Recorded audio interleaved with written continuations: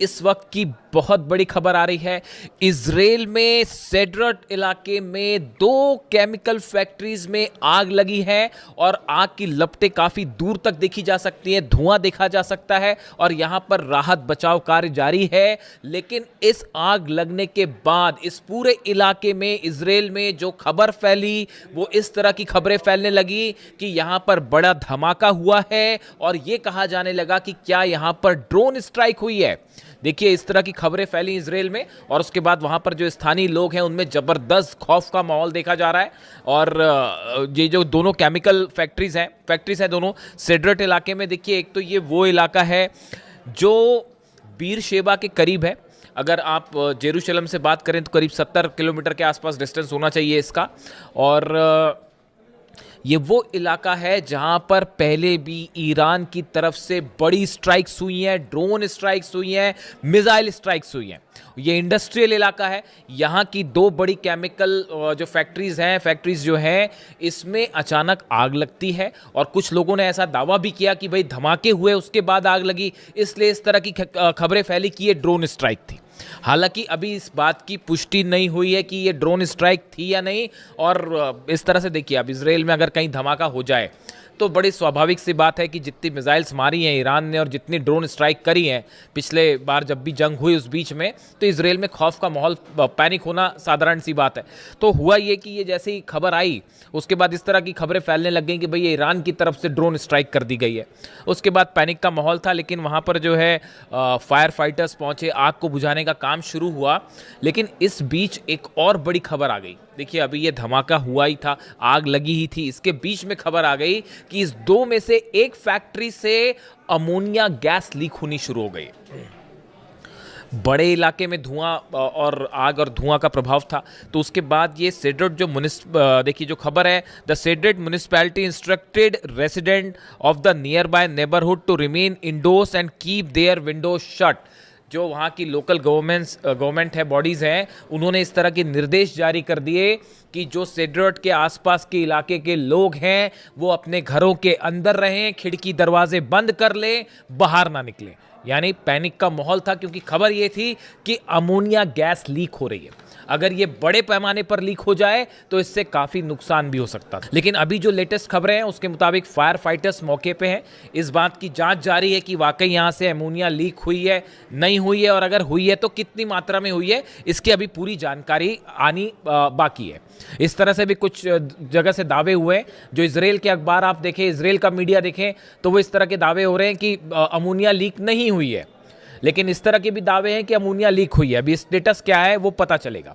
इस इलाके में देखिए इतना ज़बरदस्त पैनिक का माहौल था कि जो सेड्रट से होते हुए जो ट्रेन्स जाती हैं उनको सेड्रट स्टेशन पर रोकने से मना कर दिया गया। उन्हें कहा गया कि आप फ़ौरन यहाँ से आगे निकल जाइए, इस स्टेशन पे आप ना रुकेंगे। आसपास के जो रेसिडेंशियल इलाके थे उनको काफ़ी घरों को खाली करवा दिया गया। जो थोड़े डिस्टेंस पे घर हैं उनको कहा गया कि आप घर के अंदर रहिए, बाहर मत निकलिए। यानी आप देखिए इस पूरे इलाके में, दरअसल देखिए ये बीर शेबा के करीब वो इलाका है सेड्रट का जहां पर ईरान की तरफ से शाहिद 136 ड्रोन्स ने, खास तौर पर जो 12 दिन की जंग हुई थी, इस जंग की बात नहीं कर रहा हूं मैं, पहले वाली जो जंग हुई थी 12 दिन की जंग हुई थी जिसमें ईरान ने अपनी मिसाइल्स और ड्रोन की असली पावर दिखाई थी पहली बार दुनिया को, और इजराइल घुटनों पर था। और ये हालात थे कि धमाधम मिसाइल्स गिर रही थी और बिल्डिंग्स गिर रहे थे इजराइल में। और उसके बाद जो है वो पहली बार ताकत देखी थी दुनिया ने कि ईरान की मिसाइल्स और ड्रोन की क्या ताकत होती है। तो उस समय भी ये जो सेड्रट इलाका है, जो इसका इंडस्ट्रियल इलाका है, इस पर काफ़ी ड्रोन स्ट्राइक्स हुई थी। देखिए, ईरान में लगातार अमेरिका की तरफ से धमकियां आ रही हैं कि जो है हम वहाँ के जितने ऑयल स्टेशंस हैं उनको निशाना बनाएंगे, एनर्जी स्टेशंस को निशाना बनाएंगे, वगैरह वगैरह, इंडस्ट्रियल एरिया को निशाना बनाया जा रहा है। इन हालात में नेतन्याहू जब डोनाल्ड ट्रंप से मिलने वाले हैं उसके ठीक पहले इजराइल के एक इंडस्ट्रियल कॉम्प्लेक्स में आग लग जाती है, तेजी से फैल जाती है और इस तरह से धमाके और ड्रोन स्ट्राइक की खबरें फैलने लगती है। इसके बाद सबको यही लगा एक बार कि ये ईरान की तरफ से, जैसा कि ईरान ने पहले ही कह रखा है कि अगर हमारे पर हमले जारी रहे या अगर हमें ज़रूरत महसूस हुई प्रीएम्प्टिव स्ट्राइक की तो हम पहले स्ट्राइक कर देंगे। इस तरह की बातें भी ईरान की तरफ से कही गई। तो ऑलरेडी पैनिक फैलना लाजमी था। तो उसके बाद हालात ये है कि अब वहाँ पर जो है काफ़ी सारी जो है फायर ब्रिगेड की गाड़ियाँ हैं और वो आग वाग बुझाने के काम में लगी हुई है। अभी किसी तरह की ड्रोन स्ट्राइक की कोई कन्फर्मेशन नहीं आई है। अगर कन्फर्मेशन आती है तो हम आपको बताएंगे, लेकिन फिलहाल इस पूरी घटना से अच्छा खासा पैनिक जो है वो इजराइल में देखने को मिल रहा है।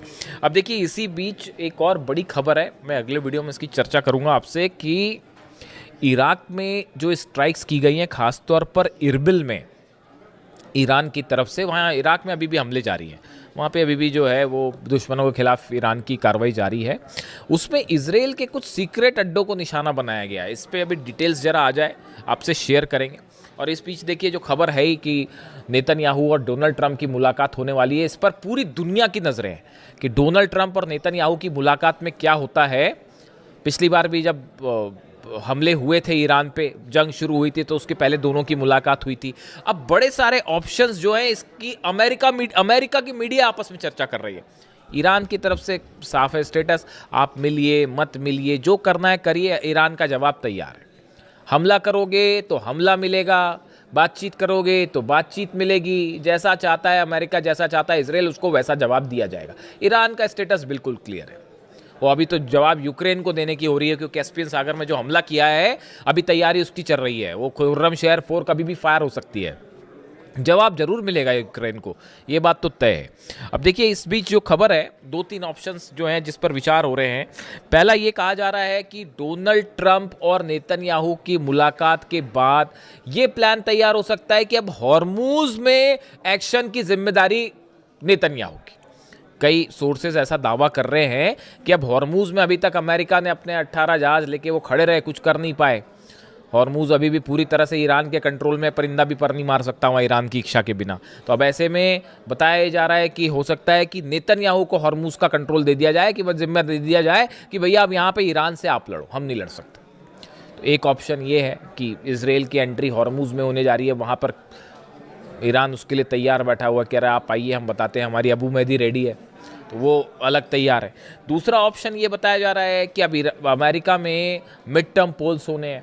अब यहाँ बड़ी समस्या ये है, जॉर्डन में बेस तबाह हो गए, सोल्जर्स मारे गए, कुवैत में पेट्रियट तबाह हो गया, बहरीन में पेट्रियट थर्ड सिस्टम तबाह हो गए, तो भयंकर नुकसान हो गया। अब सैटेलाइट इमेजेस सामने आने लग गई हैं, और जो रिपब्लिकन सांसद हैं डोनाल्ड ट्रंप की पार्टी के, वही सवाल उठाने लगे हैं डोनाल्ड ट्रंप पर, कह रहे हैं कि भाई आपने हासिल क्या किया, आपने ईरान जाके ऑपरेशन किया, आपने हासिल क्या किया। आप कह रहे थे रिजीम चेंज होगी, वो भी नहीं हो पाई। आप कह रहे थे कि यूरेनियम पर कौम कब्जा कर लेंगे, वो भी नहीं हो पाया। तो फिर आप कर क्या पाए वहां जाके? जंग आप जीत नहीं पा रहे हो, अंदर आप कदम नहीं रख पा रहे हो। तो अब ये रिपब्लिकन, ये मैं नहीं कह रहा, ये सीनेटर्स और रिपब्लिकन पार्टी के सदस्य डोनाल्ड ट्रंप पर सवाल उठा रहे हैं। तो इससे आप अंदाज लगा लिए कि मिड टर्म पोल का क्या होना है। तो डोनाल्ड ट्रंप वहां भी घबराए हुए हैं कि भाई चुनाव हार गए तो फिर बड़ी फजीयत हो जाएगी कि ईरान ने हराया, चुनाव भी हार गए। तो अब उसकी भी चिंता सताई जा रही है। तो अब नेतन्याहू से मुलाकात है। तो अब देखिए, तरह तरह की खबरें हैं। लेकिन इस बीच एक बड़ी जो गौर करने वाली बात यह है, अमेरिका के जो फाइटर जेट्स हैं, हथियार हैं, इन सबका प्लेसमेंट, लोकेशंस और मूवमेंट बाकायदा जारी है। मतलब वो कहने की बात वही है कि डोनाल्ड ट्रंप ने जैसे ही ये कहा कि साहब अभी हम फिलहाल मैं ईरान पर हमला नहीं करूंगा, जैसे ही डोनाल्ड ट्रंप का ये विचार सामने आया, उनकी ये बात सामने आई कि डोनाल्ड ट्रंप ये कह रहे हैं कि अभी फिलहाल जो है ऑपरेशन सस्पेंड है, मैं ईरान पे हमला नहीं करूंगा, वैसे ही ईरान ने जो है वो हमले की दुगनी तैयारी शुरू कर दी कि अब जरूर हमला होगा।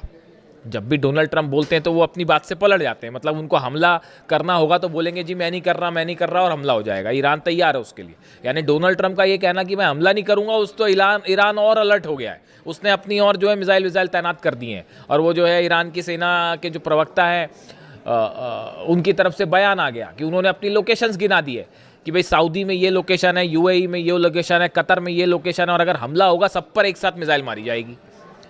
तो उन्होंने अपनी एक अलग लिस्ट जारी कर दी है। और इजराइल अलग निशाने पर आ गया है। कल ही ईरान की तरफ से बयान आया था कि अगर जो अब हमला होगा तो कुछ हो ना हो, इजराइल पर तो हम जरूर हमला करेंगे। अगर अब हम पे हमला होता है, ईरान का स्टैंड साफ है, अगर ईरान पर कोई भी हमला होता है, कहीं भी हमला होता है, तो हम इजराइल पर जरूर हमला करेंगे। खासतौर पर अगर पिकेक्स माउंटेन पर हमला हुआ तो इजराइल निशाना बनेगा। अब इस बीच लग गई आग।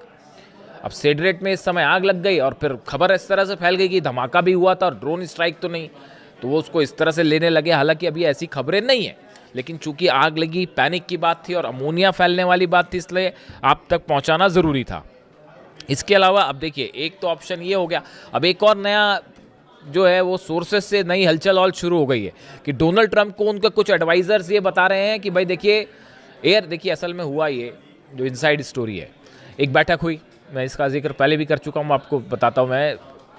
अमेरिका में एक बैठक होती है, उस बैठक में जनरल डेनकेन शामिल थे, चीफ जॉइंट ऑफ स्टाफ, वो शामिल थे, हेस्गेट शामिल थे, डोनाल्ड ट्रंप और तमाम एडवाइजर्स इनके शामिल थे। ब्रैड कूपर जो है उनसे बात की गई, सेंटकॉम के जो चीफ हैं, जो ऑपरेशन देख रहे हैं ईरान के, तो सेंटकॉम चीफ जो है उनकी तरफ से बयान आया कि देखिए हमने ईरान के ऊपर जितनी एयर स्ट्राइक करनी थी वो कर ली, अब इससे और ज़्यादा हम जो है कोई अपना गोल हासिल नहीं कर सकते। उन्होंने सच्चाई कबूल कर ली असल में ये कि हम जितना नुकसान कर सकते थे ईरान का। एयर स्ट्राइक, देखिए हर ऑपरेशन की एक सीमा होती है, आप एयर स्ट्राइक करके किसी को हरा नहीं सकते, किसी देश को। तो अमेरिका का वो ब्रैड कूपर का कहना है ऐसा है, हमने जितनी एयर स्ट्राइक करनी थी वो कर लिया, अब हम ईरान को और एयर स्ट्राइक करके हम कुछ हासिल नहीं करेंगे। तो अब एयर स्ट्राइक करके हासिल नहीं करेंगे तो कैसे हासिल करेंगे? तो फिर उसका एक ही ऑप्शन बचता है, ग्राउंड ऑपरेशन करिए, सोल्जर्स को अंदर ले जाइए। डोनाल्ड ट्रंप ने आज वो एक और फिर डाल दिया पोस्ट, एक तो वो B-2 बॉम्बर के साथ दिखाई दे गए और फिर खारग आइलैंड पर हमला करते हुए एक सोशल मीडिया पे पोस्ट डाल दी। तो उसके बाद ये स्पेकुलेशंस चल पड़े कि भाई अब ग्राउंड ऑपरेशन होने वाला है, उसके लिए ईरान अलग तैयार बैठा है। एक भी कदम रखेगा सैनिक तो वो उसने अपनी प्लानिंग कर रखी है, ग्राउंड ऑपरेशन का बदला ग्राउंड ऑपरेशन। इधर से अमेरिका की सेना घुसेगी, उधर ईरान की सेना जवाब तो देगी, वो लड़ेंगे, वो तो अलग होगी मारकाट, लेकिन उसके बाद ईरान की सेना भी कहीं भी घुस सकती है साहब। ये इस बात को भी समझ लीजिए, पता चला इराक पे कब्जा कर लिया, घुस गए अंदर, कुवैत में घुस गए अंदर, कुछ भी हो सकता है। ये जो है इन्होंने अपनी अलग पॉलिसी तैयार कर रखी है ईरान ने कि वो दुश्मन से एक कदम आगे चलेगा, मतलब जो चीज़ नहीं सोची होगी वो कर लेंगे। इस तरह की खबरें थी भी पहले कि अब जो ग्राउंड ऑपरेशन बार बार जो अमेरिका करता है, ग्राउंड ऑपरेशन, इस बार ईरान की सेना ने भी ग्राउंड ऑपरेशन का प्लान तैयार कर रखा है कि कैसे घुस के मिलिट्री अड्डों पर कब्जा किया जाए। अमेरिका के इसका प्लान भी तैयार है। वो 8 लाख सैनिक ऐसे ही नहीं बैठे और बड़े गुस्से में बैठे हैं साहब अली खामेनी साहब की शहादत के बाद से, वो कुछ भी हो सकता है। तो फिलहाल ये खबर आप तक पहुंचानी ज़रूरी थी। इससे जुड़ा जो भी अपडेट होगा, नेतन्याहू और ट्रंप की मुलाकात पर हमारी खास नज़र रहेगी। वॉशिंगटन से देखते हैं क्या निकल के आता है। जो भी अपडेट होगा आप तक पहुंचाएंगे। Thank you so much.